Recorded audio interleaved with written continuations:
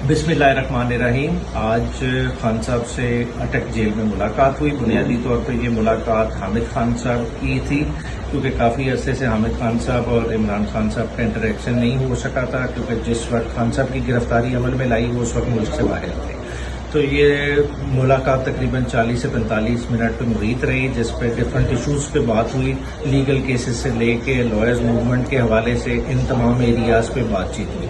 साथ ही साथ खान साहब ने अपने कंसर्न शो किए कि जिस तरह से आज डिफरेंट मुल्की एम्बेसडर गाए बगाए आके इलेक्शन कमीशन को मिल रहे हैं, तो उनका बुनियादी सवाल ये था कि क्या हमने आज तक इन एम्बेसडर से पूछा कि एक शख्स जो इस मुल्क की दौलत लेके बाहर बैठा हुआ है बगैर किसी उसने अपील फाइल की है, कितने देर तक आया, उसके रोल पे कभी इन्होंने क्वेश्चन उठाया? जमहूरी अमल पाकिस्तान में बहुत ज़रूरी है। खान साहब ने दोबारा से उस चीज़ को रिटरेट किया। उन्होंने कहा इकोनॉमिक स्टेबिलिटी आ ही नहीं सकती जब तक पॉलिटिकल स्टेबिलिटी ना हो। चाहे आप अपने जितने बर्तन मर्जी बेचने के लिए लगा लें, लेकिन उनको गारंटीज कौन देगा? पैसा कोई ऐसे नहीं लाता। सॉवरन गारंटी खाली पेपर देने से नहीं, लोगों की जब तक एक इकोनॉमिक अमल को बैकिंग ना हो वो अमल कभी भी टेक ऑफ नहीं करता।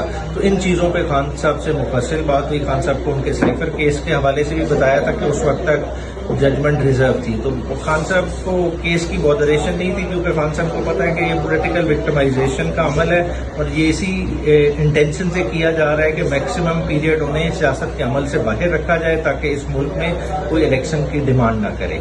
दोबारा से उन्होंने अपनी तंजीमों को इसी तरफ रिटरेट किया कि वो इस लॉयर्स मूवमेंट में भी पार्टिसिपेट करें और अपना हिस्सा डालें, और 90 दिन के इलेक्शन की डिमांड हमारी बुनियादी डिमांड है, जिस पे हमने किसी सूरत पीछे नहीं हटना।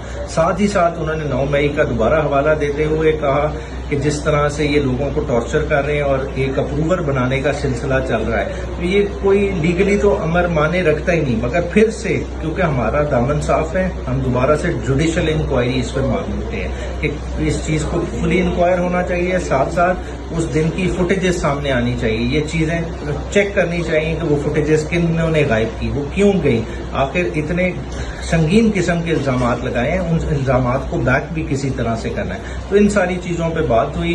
तो बाकी कुछ प्राइवेट मैसेजेस हैं डिफरेंट लोगों के लिए, अपनी डिफरेंट तंजीमी ओहदेदारान के लिए, वो उनके साथ शेयर किए जाएंगे। शुक्रिया।